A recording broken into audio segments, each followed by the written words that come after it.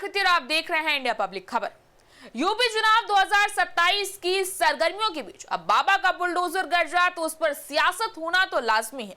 जहां रामपुर में सपा के वरिष्ठ नेता आजम खान के ड्रीम प्रोजेक्ट यानी कि मौलाना मोहम्मद अली जौहर यूनिवर्सिटी पर प्रशासन द्वारा की जा रही ताबड़तोड़ कार्रवाई और बुलडोजर एक्शन को लेकर अब धार्मिक और सामाजिक संगठनों ने भी खुलकर मोर्चा खोल दिया है। जहां रामपुर विकास प्राधिकरण द्वारा यूनिवर्सिटी परिसर के अंदर बने 38 भवनों को अवैध घोषित कर उन्हें गिराने के आदेश के बाद सूबे का सियासी माहौल पूरी तरह गर्मा गया और इसी बीच देश के सबसे बड़े मुस्लिम संगठनों में से एक जमीयत उलेमाए हिंद के राष्ट्रीय अध्यक्ष हजरत मौलाना सैयद अरशद मदनी ने इस पूरे मामले पर अपनी तीखी प्रतिक्रिया दी है। जहां लखनऊ में मीडिया से बातचीत करते हुए मौलाना अरशद मदनी ने योगी सरकार की इस कार्रवाई को पूरी तरह से गलत ठहराया। उन्होंने कहा कि किसी भी शैक्षणिक संस्थान के खिलाफ इस तरह की एक तरफा और आक्रामक कार्रवाई कानून के सिद्धांतों के खिलाफ है। सरकार को पहले अदालत के अंतिम फैसले का इंतजार करना चाहिए था।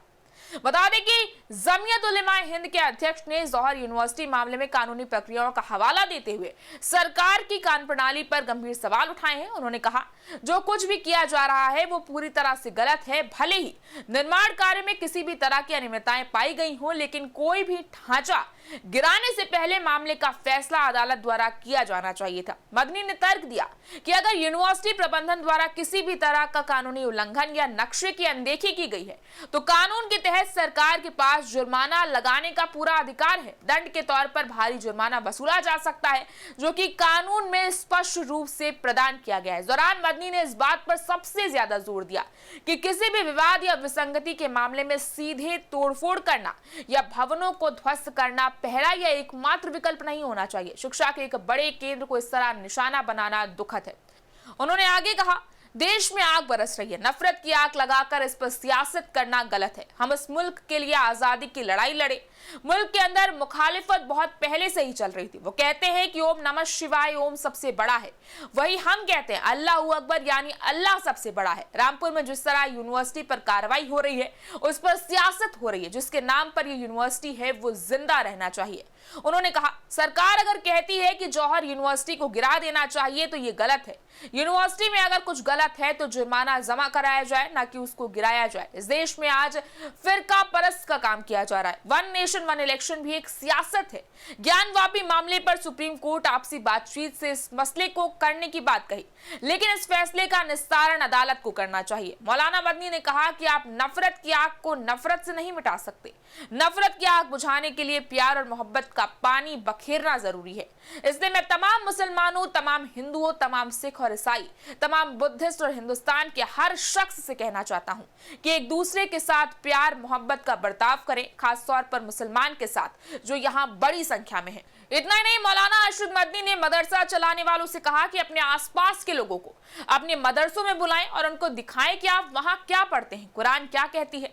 बहुत से लोग ये नहीं जानते आपके धर्म के बारे में उन तक जो बातें पहुंची हैं उनमें से ज्यादातर गलत है। मौलाना सैयद अरशद मदनी ने कहा कि चाहे हमारे गांव हो, शहर हो, बाजार हो या खेत खलिहान, हमें अपने पड़ोसियों की मदद करनी चाहिए, उनके प्रति प्यार और अपनापन दिखाना चाहिए और दुख मुश्किल के समय उनके साथ खड़ा होना चाहिए। अगर कोई आपसे कड़वी बात भी कहे तो उसे विनम्रता से सुने। प्यार और हमदर्दी का यही मतलब है।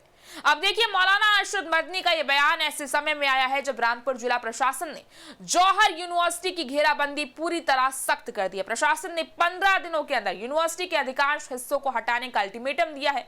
हालांकि विपक्ष की तरफ से इसे शिक्षा के बुनियादी ढांचे पर हमला और राजनीतिक प्रतिशोध की पराकाष्ठा बताया जा रहा है और यूनिवर्सिटी के अंदर की 4 लेन सड़क को भी अब आम जनता के लिए पूरी तरह खोल दिया गया है। ऐसे में बड़ा सवाल ये उठता है कि उत्तर प्रदेश विधानसभा चुनाव 2027 से पहले मौलाना अरशद मदनी जैसे बड़े और प्रभावशाली चेहरे का यह बयान किस खेमे को मजबूती और किस खेमे में उदासी ला सकता है। पश्चिमी उत्तर प्रदेश और रोहिलखंड के इलाकों में जमीयत उलेमाए हिंद का बहुत बड़ा सामाजिक और धार्मिक प्रभाव है। हालांकि सीएम योगी भी लगातार इस क्षेत्र का दौरा कर रहे हैं। शनिवार को भी वो गाजियाबाद और बुलंदशहर जैसे एरिया में मौजूद रहे। उधर समाजवादी पार्टी और कांग्रेस पहले से ही इस कार्रवाई को बदले की राजनीति बता रही है और अब धार्मिक नेतृत्व के इस रुख के बाद 2027 के चुनाव में यह मुद्दा और ज्यादा गर्माता दिख रहा है। इस बारे में आपकी क्या राय है, हमें कमेंट सेक्शन में जरूर बताएं। इस वीडियो को लाइक करें, शेयर करें, चैनल को सब्सक्राइब करें। शुक्रिया।